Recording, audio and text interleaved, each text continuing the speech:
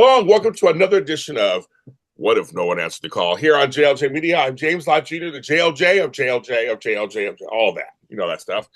What we do, and we're here every week talking to people who actually answer the call. That's kind of the title, and we play like a play on the title. He's going to answer the call, whether it's coaching, whether it's just community service, helping other people. But also, my show started out, and we do talk to those folks also, first responders, people who are in that field. And this person was in that field. But I'm going to see, normally I do a huge, gigantic intro. I'm not going to, because we're going to ask him who he is and what he be doing. And I'm just very excited to have him on the show. And I already praised him for his voice. So for all you audio listeners, get your ears ready. It's Alex. Hi, Alex. Hey, thank you for having me. Hopefully, everyone has the same reaction to my voice as you have had because it's been great. Yeah, they Uh, just have the voice. Fuck. So no, okay. So it's Alex Lefever, correct? correct, yes. Say that. So where are you from? Where's your family from? So I'm from New York, but my family's, if you look in like our ancestry and everything, it's everywhere. I'm actually like half Japanese, half mishmash of random Okay, white places. I'm My looking at you, going. There's something going on here. You look like members of my family. I'm like, you look like members of my family. So I'm like, we're Mhm. Blasian and this stuff. I'm like, there's something going on in there. Oh Yeah. yeah, yeah, no, yeah. If you've got some of it, I've got some of it, and we know we're better off for it. Yes, we are. Yes, that's very good. I have a show called Asian Adjacent that we do. We talk about Oh, all kinds of talk about Asian stuff and Asian adjacent stuff, and my tiger mom and all that. So we talk about all that stuff. oh yeah, that would be incredibly interesting to hear some of the different stories that I have on that front. Actually, just a random aside is that have you heard the term Hapa before? Yeah, oh, yeah, of course, yeah. Okay, so I had a really weird instance over Christmas where I was meeting some people and one woman there was Hapa. And so she was like, "Oh wait, you're Hapa too." It's like, "Yeah, I'm Hapa." And then some random white guy from across the room starts yelling over that we're being racist. And I was kind of a little taken aback. So I was like, how, what? Right, yeah. First It off, makes that makes no sense right there. So first off, no, hop is like the happiest term ever. yes, right, And second off, you are clearly 100% white talking to the hop of people trying to yes, tell us what's racist. yeah. Hmm? So Little, anyway, little, but but anyway, since we're not on that podcast, we yeah. can. I'm gonna have to have you on that one too. I'll be on that one. We'll talk about that. I want to talk about that. That's a good thought, a good point. But anywho, but yes, I figured there was a mixture there somewhere. I was looking Hmm. at going, there's something going on with him. I just can't tell what it is, actually. Yep. So Well, now you know. very But good. anyway, to your original thing about trying to do an intro for me is that an intro for me is a little difficult. I have a lot of things that I take part in. So I was originally a first responder in terms of professional terms of it all. Yeah. I was where I worked in 911 for about 4 years in a couple different areas. So I went from murder central to rich everything, and there are no real problems. So I have very wide breadth of experience there. Then, more recently, I kind of got fed up with 911 and responding to people with preventable issues, and then watching everyone in the first responder world essentially degrade their own health for the sake of other people. And I got so annoyed because at that point, I'd already been in the gym for 20 years and gotten to a high level. I competed in powerlifting. I've got a bio degree. Like I have an understanding of the human body. And so I'm doing all this research on how to make sure that I can keep my own health up while doing insane swing shifts and everything. So I decided that I was done with 911 and reacting to go into the preventative side of things. So now I'm coaching, working with first responders, trying to get everyone healthy and to understand things like a circadian rhythm or lack thereof for a lot of people in the first responder fields. Then I also do a bunch of other things as well. I work with a nonprofit called 98 Octane, which is for military and first responders and getting their health. So it's very on brand with what I do. So I have another nonprofit that I work with also for Special Olympics powerlifting. So I have that side as well. And then that goes even farther back than 911 because my first job in high school was working with a Special Olympics camp. So I worked all through high school, like year round and everything, like even on Saturdays during the school year, working with adaptive athletes there. So I've been all across the board. And now it's gotten to the point where I summarize my coaching by saying that I work with first responders and people with odd life circumstances. So anyone who is basically the worst nightmare of other coaches, I'm just like, yeah, just come over to me because all of their claims about individualization and everything mean nothing compared to the actual individualization that I will treat you with. Well, it's funny. So when we're talking online, folks, I I thought he was one thing, and we talk, and but I got you to say I got to look at how my branding, what I'm saying, because I thought it was one thing. As I delved further into your page, I saw, yeah, you do other stuff because you adaptable. Like, I see other stuff in there, but Mhm. the first couple of things I saw was very first responder heavy, and I thought it was that's all you did. And so then I realized, so it's a guy who think, okay, what am I putting out there? That's just something to think about. Just for folks out there at home, make sure you know people know what you're doing and what you offer. That's the whole thing. But I knew he was good, so I mean, that was the whole point. I knew he was good. I went to him. I just wasn't sure. I was like, "Well, do you do this?" He goes, "Well, I do that kind of. But I do this also." So we're gonna talk about that on the show. All the things he does. He's a multi hyphenate. We call it a multi hyphenate, right, Alex? Mhm. That's what we do. We do more than one thing. Yep. I have never really. Only doing one thing's boring. I want to do a lot of Yeah. things. Oh, I agree. Oh, I agree. But I want to get to know you a little bit first because I want people to kind of because I like this trajectory. I wrote down kind of what you were saying, how you got there, because I want to see how you got there. So, growing up, is anybody else in your family in the medical fields or first responder fields? So the closest thing is kind of you could say I have a military family.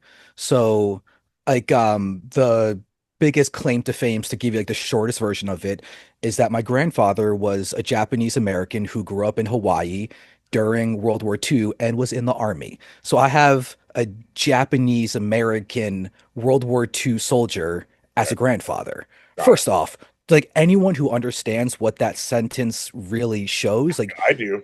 yeah, yeah. That to me, that's a huge deal. Yeah. And then his son, my uncle, was a an Army Ranger. Okay. So you got special forces on that side. And Yeah. then on my that was my mom's side. And then on my dad's side, his brother, my uncle on that side, is I can't remember exactly, but I want to say when he retired, he was the highest ranking psychologist in the history of the Navy, Oh wow. working with like Navy SEALs and everything, like big deal stuff. Yeah. So like I grew up around these guys and I always gravitated towards all of them. And like a funny little childhood aside is that I was obsessed as a kid with my uncle on my mom's side's West Point sword because he Oh went to West Point. wow. So he had that sword and everything. And so whenever we would visit, I was like, "Can we have sword time?" Where I basically just was a kid playing around with my uncle's sword. And so I've always had that in me. Okay, that's a good one. So you have that going on both sides of your family. When did you start getting involved in bodybuilding or body training? Were you in high school, junior high school? I mean, Even younger than that, actually. really? Yeah, I started wanting to lift and train and everything when I was 10 years old. Now, why? Yeah. How? I mean, how? Why? I mean, what turned you on that early to it? So I was pissed off that I wasn't as good physically as I felt I should be. So I was just feeling incredibly inadequate and annoyed at being picked later in gym for teams and things like that. And there's probably a lot of bad psychological implications by how much that affected me and how inadequate I felt. So you can look into that as much or as little as you feel like. Yeah. But yeah, no, I just knew that I needed to be stronger, faster, better. And so I was like taught I told my mom that like I wanted to like lift weights and all these other things. Like there was no outside source of inspiration or anything like that. It all came from just my internal need to be better. But I really want to touch on that because as kids, I get the no external. I get that there was nobody like you saw this person doing it and that was it. But I just want to know because we all went to PE, we all had PE, we all had class. Mhm. Were you just not good? Do you feel like you're not good enough in sports? Do you feel like people were better than? Were you a run to the litter? Like were you like tiny? Were you So like what was that? I'm just curious. So the interesting thing is that I wasn't tiny. I was, if anything, a little bit overweight, but I couldn't run all the way around the bases in baseball. Like I just did not have that endurance. But I distinctly remember in third grade that there were two people in the whole year that were able to hit a legitimate home run in wiffle ball, like on the basketball courts. No one could produce the power necessary, and but I knew that I could, and I did it once, and I was like. I could never do it again. I was like, that's stupid. I should be able to do that. Okay, I like that. Yeah, Okay, okay. yeah. You're fascinating. Sometimes I'm like really. I don't be your therapist. I'm just like, so what? I mean, really? Let's go. I mean, but I'm just like, really, because you're so young. I mean, like, well, you're not Mhm, super young, but you're young enough. I mean, you're a preteen at this point, but you can recognize things. But I'm just curious, like, so mhm, no, so for you, literally, it was you basically doing inventory on yourself at 10, going, I want to mhm. be better at this. Yes, That's the basics. So like some yes. kids will go, I want to be a better reader or a better writer, or my brother would be a better rapper back when he was a kid. I'm be a better rapper. But you were saying, I know somebody, but you were saying strength wise, which is why he's an Hmm. adaptable strength coach these days. Strength wise, Hmm. some inside you said, I want to be better at Hmm. this whole physical thing. Yep. Yeah. So Interesting. I keyed on that hardcore, Okay. and it became pretty much an obsession about training, like from pretty much that point on.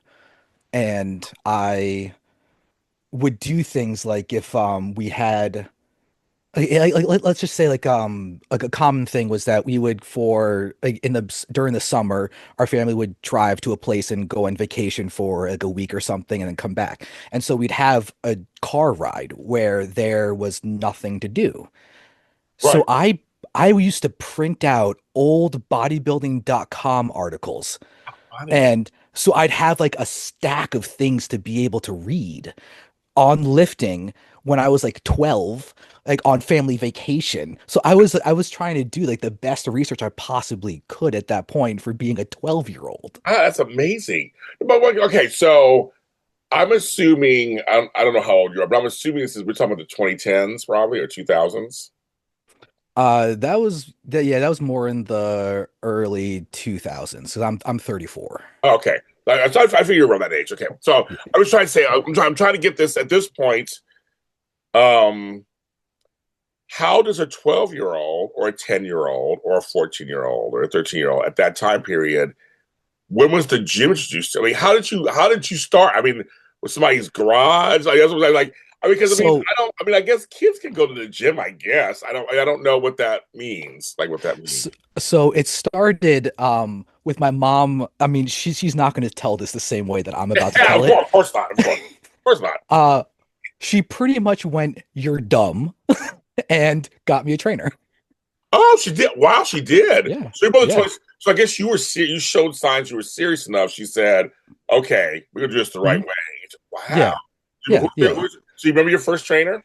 Oh yeah. It was this guy named Vinny at Oh, this Vinny. place called this guy named Vinny at a place called Forme Fitness. And it was I think if I remember correctly, it was somewhere in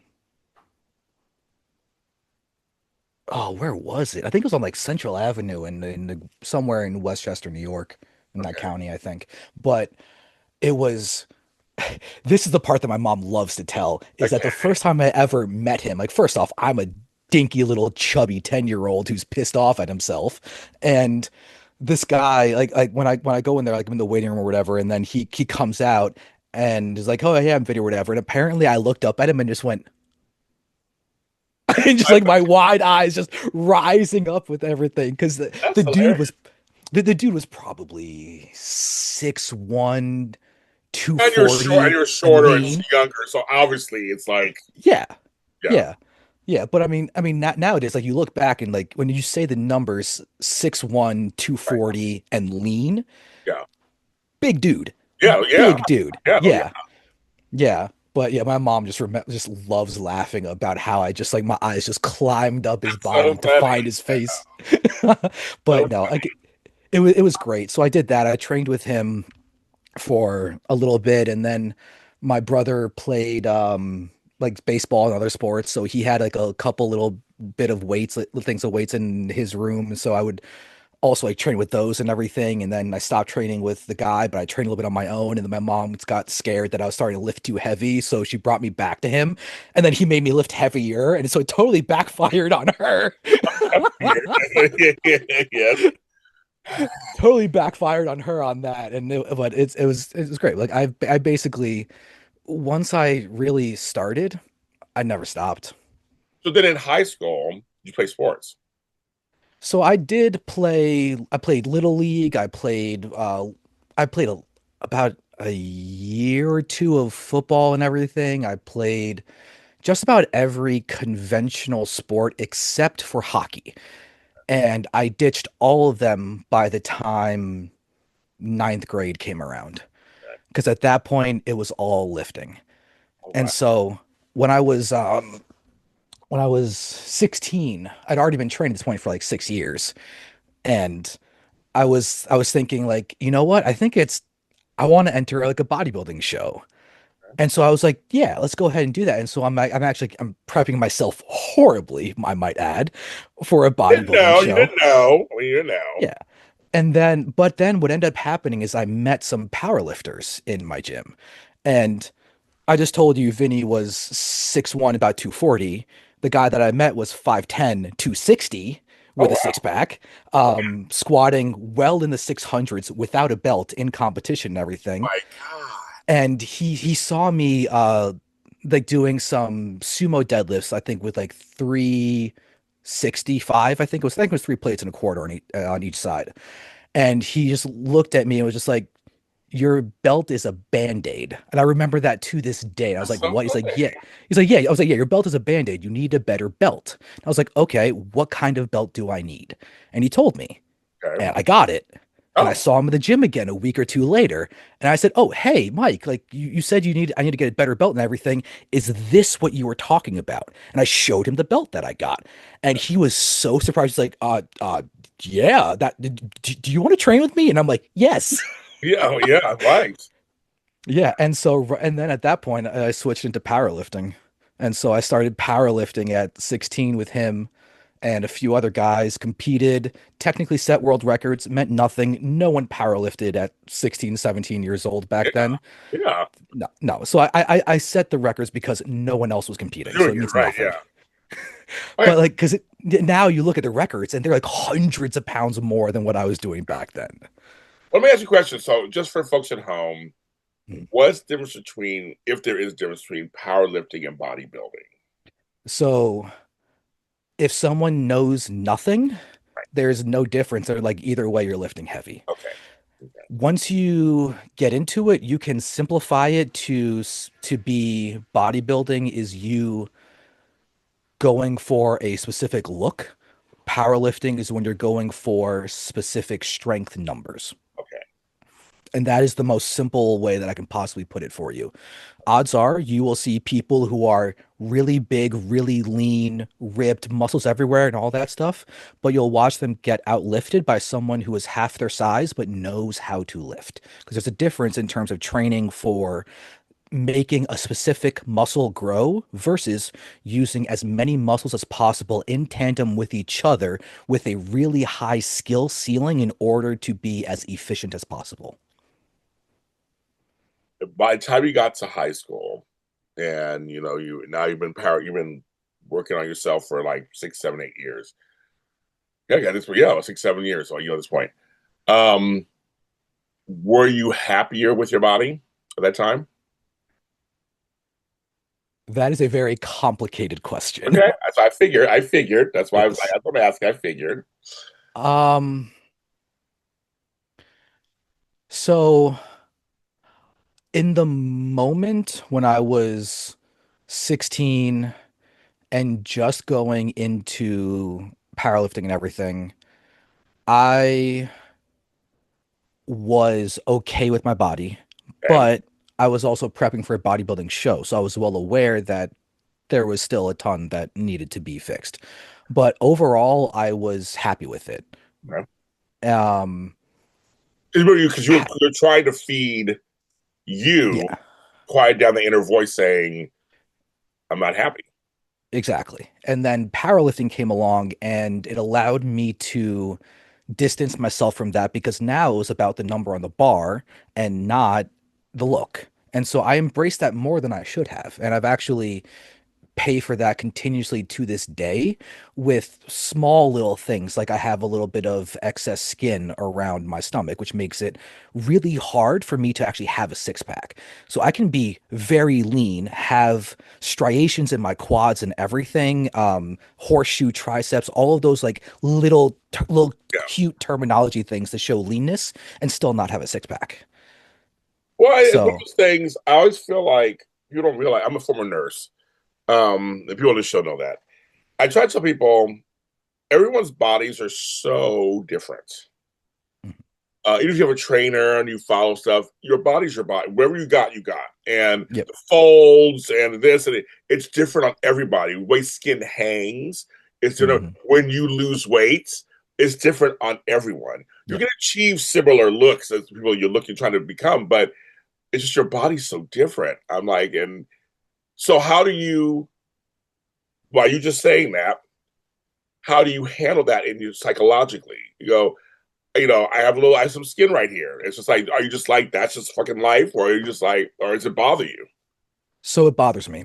And the weird things that I do to cope with it are things like if I don't have a shirt on, then I change how I sit to prevent as many of the folds as possible. How's Like that? I've got a bodybuilding eye. I know how to like pose and things if I really turn that on. And Yeah. so I can actually do little tricks to try to prevent some of the bad sides from showing at all. In terms of like everyday life and everything, I don't go anywhere without wearing two shirts. I always have a tank top on under my shirt, no matter if it's 105 degrees outside and I am dying because I'm wearing two shirts. It doesn't matter. Two shirts are going to happen. That's why I'm looking at his page, guys. I'm like, there's no shirtless pics. No, you won't find a single one. It's so funny. I'll, Okay. I'll I'll show you my legs. Oh no, I'm not seeing that. Yeah.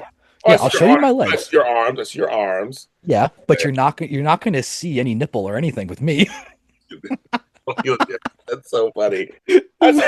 But what you're saying though is something that's really for those of us who don't have those bodies. I'm on my own weight loss journey right now. I'm doing those stuff. Lost 25 pounds recently. I'm trying to do it the right way. Good, good. Um, and I'm close to 60. So I mean, not Mhm. looking, but I'm old. Um, but no, but what you saying that though gives some of us hope, like in a weird way. That's like your pain and making our good, but just like it's like even people like who look like you have also body image issues in a way, like we all do too. Like you're just like you're like because we look at you guys and go, whatever. You work out, you got great arms, probably got a great chest, all this stuff. What do you have to worry about? But the whole thing is everyone has their own image of themselves. Yeah. So an interesting thing is that one time like I was trying to be a little funny and everything about all of that. And so I posted on Instagram a story of me in the mirror and everything. Like, like I'm from the side and like you can see like chest like popping out and everything. And I was like, if I capture my like little tag on top of it or whatever you want to, I don't even know the proper terms. I'm terrible with social media, but I wrote on it and it said, it might actually look like I lift. You And see, I thought it was funny and everything. And then within 5 minutes, I get a message from a guy saying, "Dude, if you don't look like you lift, then what does that mean for the rest of that's what I'm saying. us?" That's what I'm saying. The rest are like, Yeah, oh my god. But like, I can tell you're making a yeah, joke, but the rest are like, oh my yeah, god. Yeah. yeah. But no. So then my response to him was, I think, way more honest than he was ever expecting. And I said, "Yeah, listen, like I have crazy body issues and everything, and I'm trying to make light of that. And you can't judge yourself based off of somebody else. And I said a little bit more into that and Yeah, I'm sure. everything. And his response to that was, "Oh, wow. That was informative and actually a real legitimate human answer." And Yes. so there's like a bunch of different layers to this. Like one, social media, and you can just fill in all the blanks there. Yeah. And then also people's perceptions of themselves and how much attachment they have towards other people's perceptions that they show everybody else, but don't necessarily reveal. See, there's so much like bodybuilding is so much an illusion in so many different ways. When you get into the psychology of it, it is all about hiding your flaws and showing your strengths. And that goes in very obvious ways when it comes to an actual competition. Oh, right. If you are on a bodybuilding stage, like posing is pretty clear. You do things like you twist and everything to create the illusion of a smaller waist while you go ahead and throw your bigger muscles farther forwards into the judges. And the crazy thing is you can if you look at some of the way people pose, Yeah. compare like from when you look to the front versus from the side, it gets really weird with what Yeah. some of like the elbows and everything are doing. Like Yeah. it's Yeah. Yeah. odd. Yeah. Yeah. Yeah. But the whole thing is going to be even more so an illusion when it comes to the psychological and the health aspects. And that's one thing that not many people see.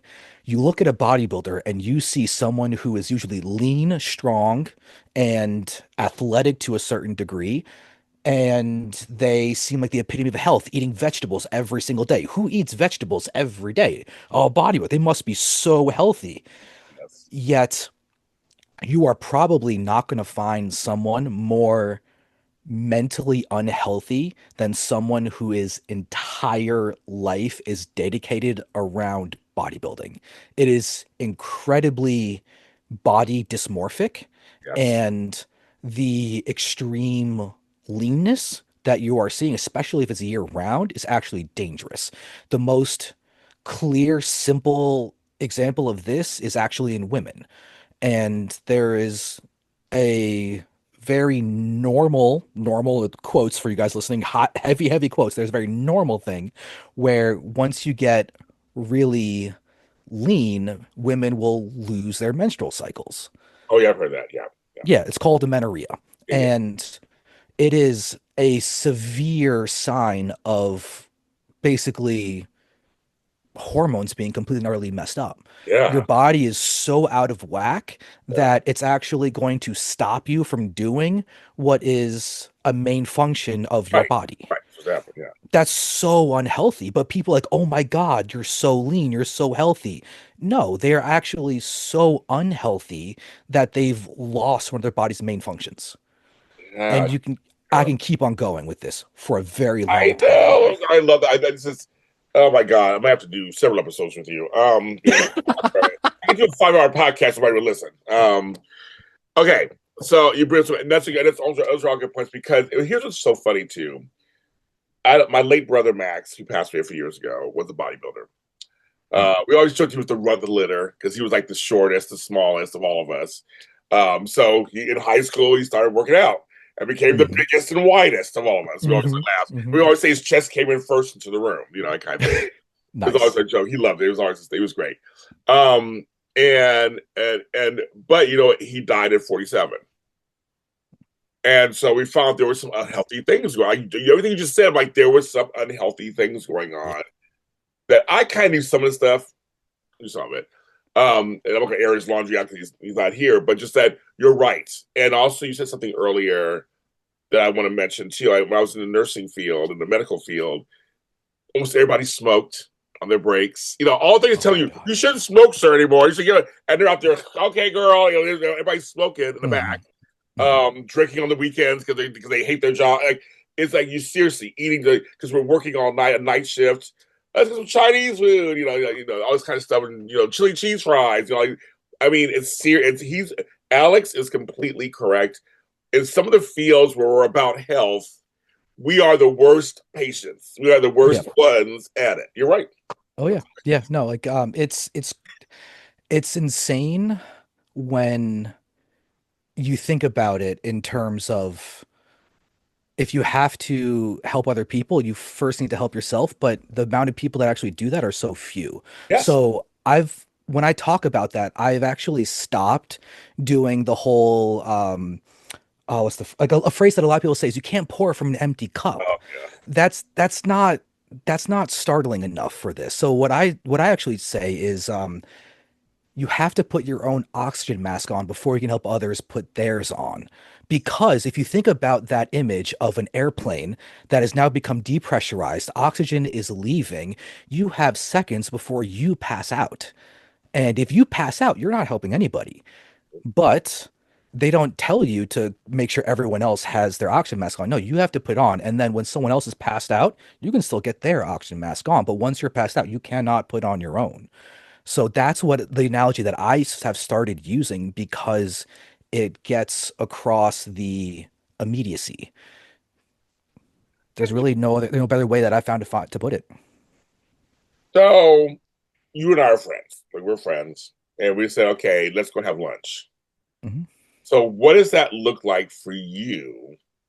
Because I'm sitting there going, okay, I may not have a salad, who knows? But I may have some fried chicken and mashed potatoes in front of you. I kind of how can you? So what does that look like for you on a regular basis? Like, are you on a strict diet? Are you? I know if you're Yeah. getting ready for a meet or something, it's totally different. But I'm saying just regular life stuff. Like, I mean, how's that for Alex?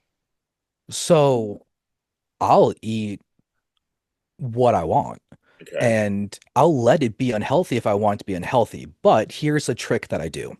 Okay. I spent probably the first 15 to 20 years of my lifting and everything, anytime I went out to a restaurant, I was immediately limited by only ordering the options that had enough protein or had the most protein if I couldn't get enough of it. And I, in the last 5 years or so, got really pissed off with that because if I want a pasta dish, I Yeah. want to get my pasta dish. Right. I was gonna say, yeah. Yeah. So I started sneaking protein shakes into restaurants. Oh, how funny. Yeah. Yeah, like what Wow. I'll go to Costco and I'll grab the Yeah, yeah. Fairlife chocolate Yeah, I forgot. Yeah, I don't shakes and everything. They're 30 grams of protein right then and there. know. So no matter what I have with that, my meal is set for the protein. So let's just say like my girlfriend and I are doing exactly what you're talking about, and we decide we want to go get some Italian food, Yeah. get some pasta, get some bread. Oh, yeah. You're there's the chance of you actually getting enough protein in an Italian meal is almost zero because even the chicken parm and everything, it's a sliver of chicken that's been beaten down and it's not nearly as much as you actually think it is. Yeah. So I'll order my pasta dish. The waiter will drop off the pasta. They turn their back. I pull a protein shake out of my pocket. I That's, chug my protein shake, stick the empty bottle back in my pocket, and then I eat my pasta. that's hilarious. I love that. I love that. Yeah. You found a solution. You found a Yeah. solution that works for you. Um, Mhm. and my mother drinks the boost drinks, the protein.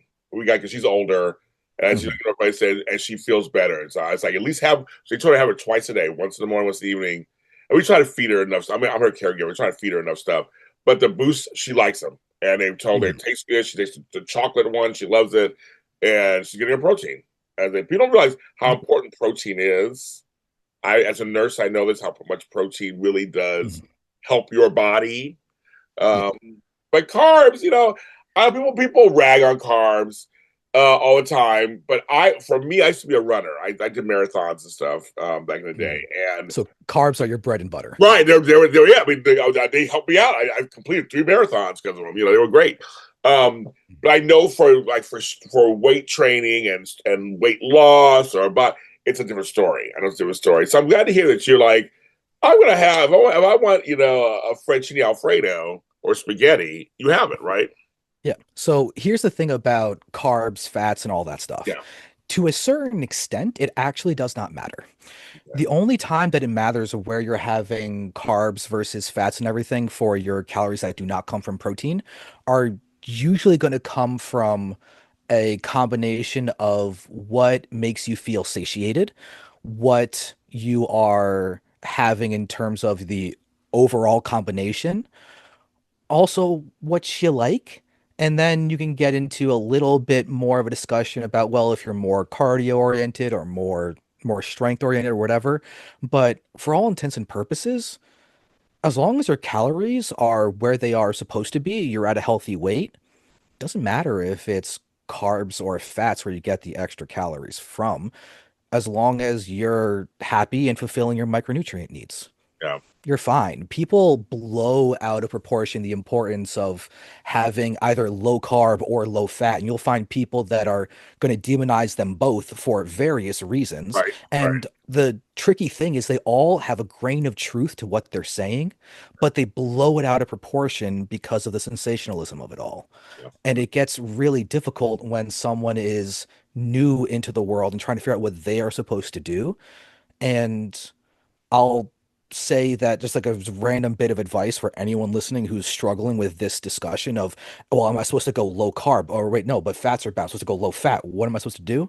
Doesn't matter. It honestly does not matter. As long as your overall calories are fine, as long as your protein is hitting your minimums, you're good. Keep it simple. Don't worry about the specifics because the specifics only matter once your goal has become equally specific. So if your goal is to be a national level power lifter or become an elite marathon runner, okay, now you got to go into the specifics that match that level of that goal. But if your goal is to say that I am a 42-year-old woman who has now finally have the time because my kids are old enough that they can start taking care of themselves a little bit, you know what? Doesn't matter. You're just trying to get back into the swing of things. Go ahead and have however much fat or carbs you want as long as it fits within your general requirements and relax. It is okay. Yeah. I like that. So we talked this question of first responders because you were one, but you said something that I think is really I want to talk about a little more is that the unhealthiness. Yeah. It's a high stress job. Mhm. So I just like this. I play that out. It's a high stress, high stakes job. Um, Many of us are good at it. We've done. You did it. I've done. We've done it, and we've done it, and it's fine. But it's a high stress, high stakes job. And I've seen so many first responders out of shape. Yeah. And like you said, they're trying to help people. So it's kind of crazy. So, um, well, first, I actually go into what made you choose to be a first responder and go to 911. It kind of happened semi unintentionally. Okay. So I graduated college with a biology degree Oh, okay. with zero certifications, zero research experience, mediocre grades at best.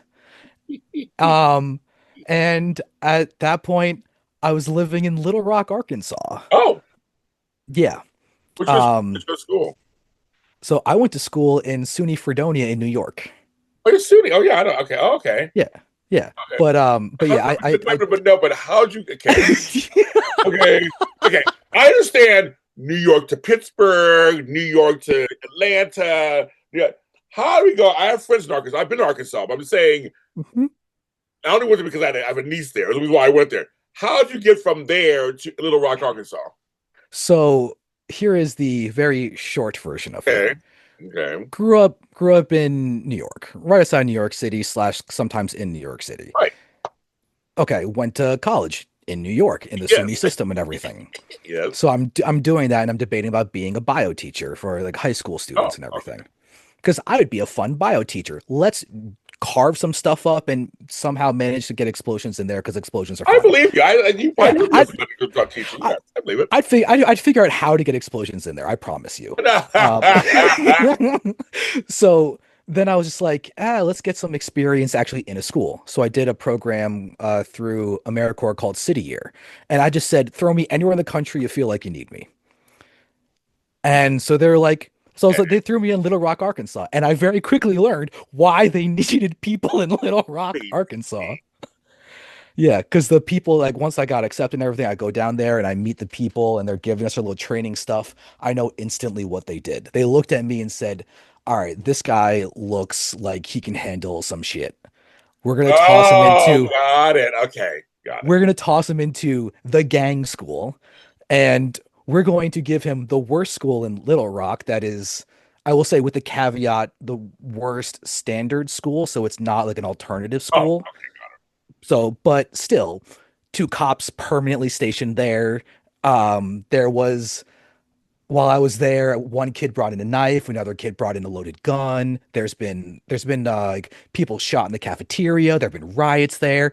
It was a school. a little rough around the edge. Yeah, yeah. But they looked at me as like, yeah, he looks tough. He can handle that. I And can see then that. I said again when I first met. I'm like, you probably think you're one of them. Probably fit right on in. I'm sure you probably just fit right on in. so here's where it gets a little interesting though with your half Asianness and Yes, everything. yeah. I was still too white. We're in a black Hispanic gang Yeah. central school. I was too white. I was not enough of something else, so I was white. Oh God, yeah. I know what you're saying. I guess you're saying yes. Okay, got Yeah. it. So that's So if you were darker, if you were my coloring, they and I looking would at that, they'd probably be like, okay, he's fine. Yeah. I would have had much fewer issues. Like Interesting. one of the kids and everything thought he was all cool and everything. So one time he squared up on me. Oh, And so a teacher was be like, "Oh no, I can't do that." Or whatever. I was like, "No, no, no, you're beat full of his shit." ass. Yeah, right, Yeah. exactly. So all I did was I stood up and went into an actual fighting stance because I knew and was trained on how to fight and all that. He yelled, "Oh shit, he knows kung fu," and then ran away. You're like, okay, I was gonna do any kung fu, but yeah, well, okay. And I was like, "I'll let you think that, Yeah, sure." that's right. That's it. Yeah, No, but then after that, like I had fewer issues with him. that makes sense. Yeah. They're just testing you. That makes sense. Yeah, Boundary. exactly, exactly. I mean, But anyway, so okay, that makes I got the sense. Little Rock. That makes sense. I'm like, no, we're not going to just gloss over that. I'm like, how do you? I mean, that's just Yeah, most randomest thing, but that's okay. That yeah. makes sense. So I was in this environment, and I'm like, do I really want to stay in this environment and like be a school teacher and everything? And I'll be honest with you, no. No, I had to trick the kids into learning, so I got them to like play chess and do all this other cool stuff and everything. But would that be worth it to make a career in my entire life? No, not a chance in hell. yeah, I wouldn't either. No. Yeah, no. So then I stayed there and I finished up the rest of my classes online or whatever. And then I need to get a job, but I was like, I'm not going to the schools and there's no other bio jobs around and everything. My Yeah. mom was like, "Hey, you're good under pressure and emergencies. Why don't you try 911?" I was like, "Sure, whatever." I applied, I got it, and I did it. Well, my mom was an airport police dispatcher for LAX for 30 years. Oh, So, damn. and I used to That's watch. big. That's big, and I used to listen to her and two Charlie 5. So I'm like, oh my god, that I loved hearing her do because she's my mom. So, but I go to her job and I'd visit her Hmm. sometimes. She worked the night shift a lot of times too. And I would sit with her, and she's like, 1 second. This is 119. Two Charlie Adam R. I'm like, oh my god, because and then she had to know both sets, the military and the regular police, because the folks at home, it's two different sets. They may have a couple of words that are the same, but there's certain words that are different. So one Hmm. may say Yeah. Charlie, one may say something else, or one may say feel off. So Yeah. yeah, so you're looking at uh Alpha versus Adam, Yes. Charlie versus Charles. You Yes. have yeah, yeah like I did them both also. Okay, good. Like Okay, no, thank you. Yeah, yeah. I knew certain words, but yeah, there was.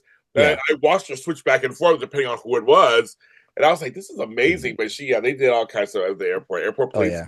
A shout out to them. Yeah, and also like some of them are stupid. Like I would much rather say Bravo than boy. Right. No. Like Right. Yeah. Right. I don't want to say boy. Give me Bravo.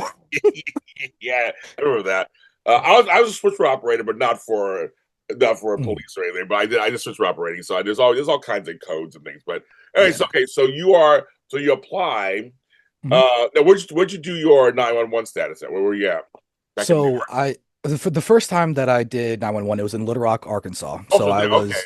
yep. So I was an employee of the Little Rock Police Department Wow. and doing 911 there. So that was an experience I'm for, sure. yeah, for people who don't think that Arkansas has anything going on. One thing it has going on is gangs. They do. They do. I know. Yeah, Yeah. Yeah, like the high school that I was working in, it was a blood school. So most of the kids were bloods and everything, or at the very least claimed to be Yeah, bloods. oh, yeah, right. Yeah, except for the one guy who was a Crip, but who was actually really good at chess, interestingly enough. So like I played the Crip of the school in chess a bunch. So I you That can is funny. that's just crazy sentence, but he was a cool guy. I liked Okay. him. Come on, folks at home. Just like we say, I don't know if everybody knows this. So I'm from LA. So we have Bloods and Crips. They started out here, but they Yeah. migrated east. They left California. They started going other places. So, but there were two. It was two major gangs. Bloods were red. Crips were blue. That's a whole thing. So Google it, folks. Or ChatGPT at home. They'll tell you all about it. But what he's talking about is there was two major gang sets. Then there was individual Mhm. names for certain ones on each side, but that was the two. It was like Bloods and Crips. That was the whole thing. Yeah. Yeah. Yeah, so that's kind of cool. So okay, I'll have to ask this question for people who do a high stress job. So for you, once you settled into it, well, I gonna say, well, since once you do, it's your regular gig. Mhm. Um, how was your number one stamina? Were you still lifting and Mhm. doing that kind of stuff? Also, how was your mental stamina? So I have weird tricks that I have to deal with some of that stuff. I will tell you right now, like my time training and everything before going into actually like, being on the floor and all that, Yeah. for Little Rock, it wasn't that bad. It was interesting and I got it, it made sense, and it had a lot of parallels, honestly, to competitive video games, Oh, which was another one of my jobs actually that I had in college. So yeah, I've done a lot. I've done a lot of oh my! weird I things. love it. I love it. I love it. I love it. But I love it. Oh my god! I want to like fly to where you are. We got to sit down, have a big steak dinner and pasta, and talk. I want to hear all your stories. Just I would enjoy that. But to give you the context for this is that the game that was my job was called StarCraft. okay. And well, it is. It still gets played. But the thing about StarCraft is it's a real-time strategy game where you have to manage a whole lot of things going on at once and keep your eyes everywhere and your ears open while dancing your fingers around everywhere. So to put it in one sentence, my favorite quotes about is that to be at the high level of StarCraft, you have to have the mind of a chess grandmaster and the dexterity of a concert pianist. So you are having all the stuff going on. Like we're talking people using seven fingers, one hand on the keyboard, two fingers clicking on the mice, and the pros on the slow side will have about 300 clicks per minute from everything that they are managing with seven fingers while doing crazy intense strategy, army organization, resource management, time management, and evolving everything and predicting their opponent's movements, all of these other things. So this was actually my real training before getting into 911. So when you look at the demand of having three computers, six screens in front of you, and dispatchers yelling all other stuff, that was actually less of a multitask than what I was doing prior. So the first time around wasn't bad at all. Yeah. What was bad was the second time around. Because when I switched centers and basically used 911 as a way to get out of Little Rock and I moved up to Pennsylvania, Okay. now I had to unlearn all of that I had ingrained into me in order to do the new way, which I had a lot of issues with. Um, because Little Rock, the job itself was more stressful in some ways because more real things happened. Like every single day, there were guns involved and everything. I would come in the morning and be like, the detectives are still out on a murder scene from the night before, like all sorts of stuff, shootings all the time. Like it was normal for that. But that also meant that if something happened and a guy was walking down the street with an AK, they would just send two cops to go handle it and they would handle it. Okay. So there came with a lot more general competency and a good scale for what a real emergency is. And then I came to Pennsylvania, Yeah. and now I'm in the seventh richest county in the country, and I have to deal with municipalities, which I didn't even know what they were Yeah. beforehand.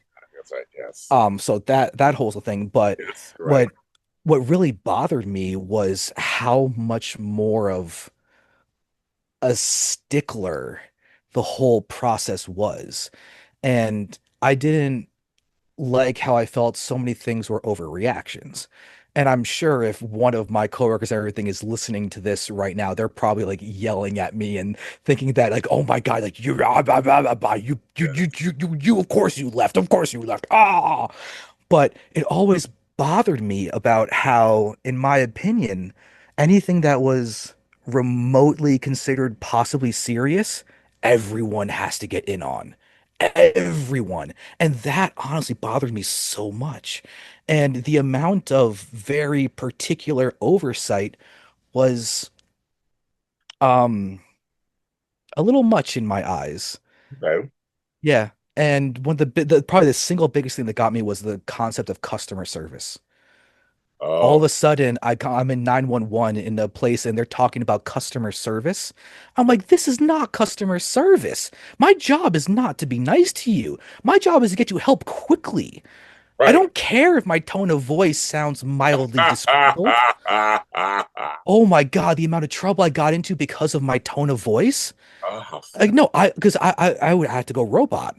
If I have empathy and feelings for everyone, Right. then I'm gonna jump off of the bridge in like two Exactly. seconds. I Yes. won't be able to continue doing it. So yeah, forgive me for locking down and being a robot and sounding mildly disgruntled. Yeah. Yeah, but like oh God, the amount that I got in trouble for my tone of voice was it honestly still bugs me to this day because customer service should not be a thing in 911. Yeah, I know. It's yeah. Um, so okay. So so how long did you do 911? How long did you do it? 4 years total. 4 years. So what is so besides the customer service aspect of it, what is one of the things you learned that you're like, okay, I learned from doing this for 4 years, I've learned blank. There is never a good time for anything. That's the number one thing. There's people will oftentimes say like, "Oh yeah, like I'll start blah Oh, blah blah at blah blah blah and everything," and then it comes around and it's like, "Oh, but I've got this going on, so I'm not, I'm going to push back," and then it's just pushed back, and if anything has hammered into my brain, it's there's never ever a good time. Just do it anyway. I agree. There's never a right time. Just do it. I agree. The worst thing to do is wait. Just get it over with and just make it happen already. But see, That's Alex, definitely number one. we were taught everything has a time and place. You have to wait, put all your ducks in a row to like, it's like I had Listen, friends. let some duck be in Timbuktu for all I care. The duck can be over in Timbuktu. Another one can be across in Australia. I don't care. Just start anyway. If you're gonna mess it up, mess it up. I agree. That's fine. But mess it up actually doing it. Don't mess up by thinking about it and running away. That's stupid. Oh, I agree with you, Alex. I know I have friends who are saying the same thing. They have said the same thing for at least 9, 10 years Hmm. about something and have never gotten started. Hmm. And it's that analysis paralysis thing, right? Where you're just like Yes. you're so busy talking. Like I want to start. I want to do that. And you're like, and then I'm going. That sounds like a great idea. I totally agree with you, Alex. Go ahead and start it, Alex. I totally agree with you. And they're like, well, maybe I'll wait till next year. Right now, like you said, they'll talk themselves out of it. Right? That's the whole point. Hmm. Yeah, I've had a few conversations along that line. And first off, thank you for saying the phrase analysis, or sorry, Paralysis. paralysis by analysis. Paralysis by analysis is one of my absolute favorite phrases. Me too. But I've got it's gotten to the point with me where people will talk about that to me like there are things I want to do, and I'm like, okay, so do it. Yeah. I've stopped beating around the bush and everything, or like whatever. I'm like, so do it, Yeah. Yeah. just do it. Like, wait, what? I was like, yeah, just go for it. Right. And then they start not knowing what to do and they spluttering. They're like, but like also it's like, so what? And they can't handle it. And sometimes it's very funny, and truthfully, other times it's actually really sad. No, no, I agree with you on that. It is because there are folks who I had one friend who was on his deathbed. It was just like he was like I wasted so much time. He said that. Hmm. And you're like, I'm sorry you feel that way. You kind of did. I mean, I was with you as your friend, so you kind of. I didn't co-sign it and go, "You're absolutely right." Bye. And I didn't do that, but I was just kind of like, but I don't want to feel that way. When I go, I can say Mhm. I've tried all kind of shit. I've tried it and I did it and had some success, had some failures, whatever. But I can at least say I did try. I did try Yeah. this, and Yep. that's horrible. So your job now, because you are talking to more than just first responders, but on this Mhm. channel, if you're a first responder who watches my show, hi. But he is here for you too. But he's talking to everybody because a lot of things you're saying are good for everyone. They're good for everyone. Mhm. So I like what you said. When I saw your thing, it said adaptable Mhm. as strength coach, and I follow you. I see some of your stuff. It does sound very doable, relatable.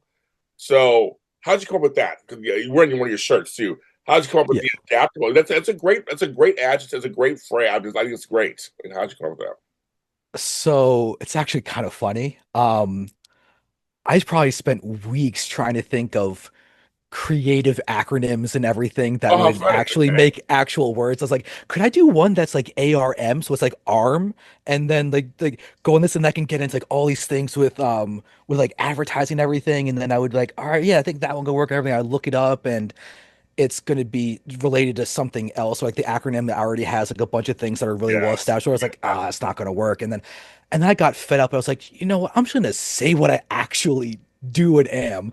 What I got to do is someone that's adaptable, and I want to be coaching for people and their physiques and their strength.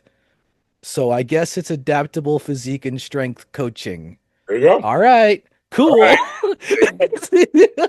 I Because just names decided are hard, folks. Names they are are. hard. They are. They are so Yes, annoying. they And are. They so are. I just got so fed up with creativity that I just decided just to have my name be what I do. I love it. See, I love it. And then branding, that's actually good. And branding sometimes is really good. They say Mhm. bring it down to so when people see you, they see that they know exactly what you're talking about. You want to get because nowadays, Alex, you got to get them now, quick, fast, hurry.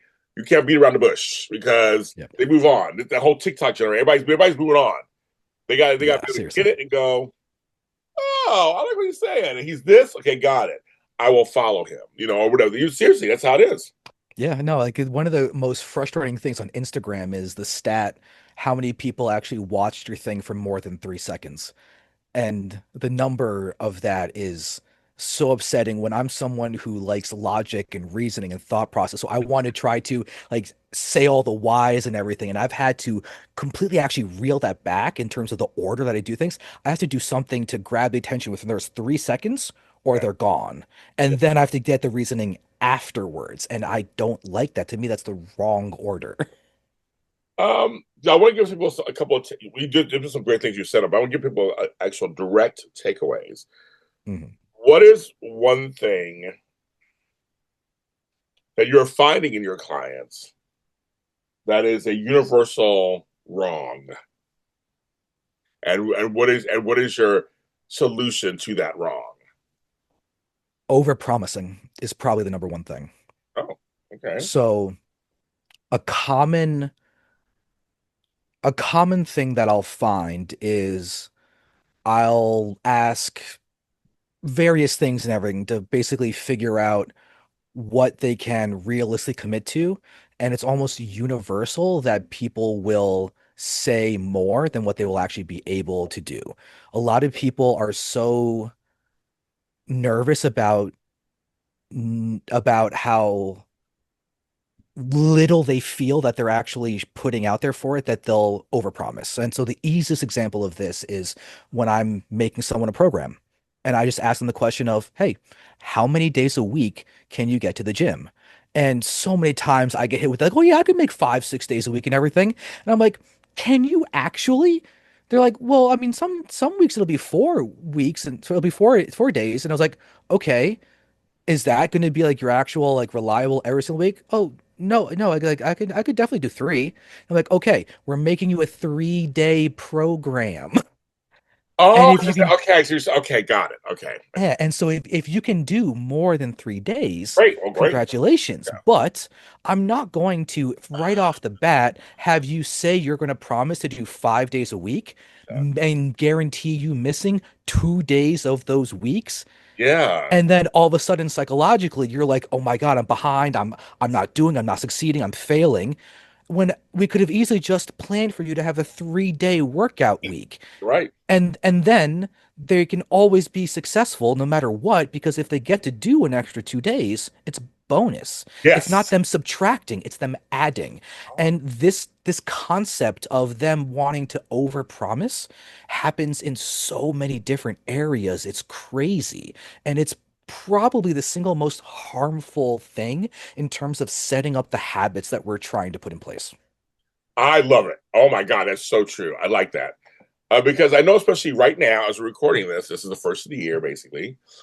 Everybody's gung ho. They're like, I'm gonna, and so as I look, as I frame it the way you're saying it, I'm thinking they're all over promising themselves. Yeah, they are. Every single person who is going to be in that gym now, going from nothing to 6 days per week, all of a sudden they're doing cardio hard 3 days those Right, weeks and right. lifting hard and everything. Yes. The amount of them that are going to be in the gym come February Oh yeah. 1st, Oh yeah. it's a really small amount. But can you imagine if every single one of them started with, okay, I'm going to go 2 days a week. Right. All of a sudden, they're going to be able to realize they do that for like a couple months. They're like, oh wow, I'm now coming here on Monday and Wednesday, but I'm on Friday now and like I'm ready to go again. And then they go and then all of a sudden they realize that they've naturally gone to the progression of another day in the week. And then if they stay at that Monday, Wednesday, Friday for the rest of their entire life, they're going to be in such a better position than their ritual of 6 days per week for the first 2 weeks of every year. No, that's seriously that makes that. When you said, I was like, that's so true. And I remember having to tell people, I said, if I lose a pound a week, I'm good. Pounds, 2 pounds a week, that's good. I said, I'm in LA where everybody wants to lose, 50 pounds in one week. I mean, it's basically, I'm Oh my exaggerating, God. obviously, but that's the mindset is you got to go hard, lose weight all the time. I go, but then you do, okay, so you do the 75 hard, you do all these different things. But after you're done, like you said, people just go, I'm done. And they think that, but there's maintenance. You didn't really make any habits that are going to long last, right? hmm Yeah, the funny thing is, you actually just said number two and number three for me. Oh, okay, there you Number go. Yes. number two is unrealistic expectations, and number three is going to be not setting up the actual habits to be able to do it forever. Like I hate the people who have their deadline, they hit their deadline, and then it's nothing. It's like you have defeated the entire purpose. So like I'm trying to do all sorts of stuff to like help all this stuff, and it's interesting when you get the conversation with someone who then it clicks and they get to start actually realizing what's possible for them. Like that's super cool. So you must. So okay. So ask you this. So you must. Okay, I'm coming. I'm like Alex. I'm coming to you. I'm going to be your new client. I'm coming to you. Mhm. So then you must really you like sit and really listen to them and Mhm. like figure out what hear them talk. I mean, you must have a system to come up with a plan for them. So I do. The thing that I can safely say is that I actually individualize plans much more so than a lot of coaches who claim to individualize Nice, plans. nice, Because what I do is so unique to the individual. Because here's a couple examples. adaptable. One guy that I work with is in the Navy, Okay. but he's on submarines. So Oh, I have to give him a training program with the assumption that I'm going to all of a sudden not hear from him for months on end, and he's going oh, to be limited to being on a submarine and having to do his training on a submarine. yes. Do you think I'm going to have a cookie cutter program for someone like that? No. I had to listen to him. We had to talk. I had to figure out what he has available, what his goals are, what he is trying to accomplish, how to set him up, not just with a plan, but also with a tracking system that will last for months that he can do on pen and paper because he's not going to have access to the normal internet. So we're not going to be able to Right. communicate at all through Google Right. Sheets. We're not going to be able to do any of the normal communication things. I have to basically give him the entire system in one go because I may not hear from him until 4 months when his submarine pops up into an actual harbor. It's like, oh, hey, cool, you're alive. Yeah, you're Haha. alive. Yeah, exactly. Yeah, yeah, Yeah. yeah. So I've got a client like him with that. I have another client that has um, a bunch of different health conditions that I'm not going to go into for their own privacy, Right, of but course, of course. I'll just let you know, very unique Okay. situation Okay. that actually got to the point where for 3 weeks of our conversation and everything, there was not a single bit of exercise done.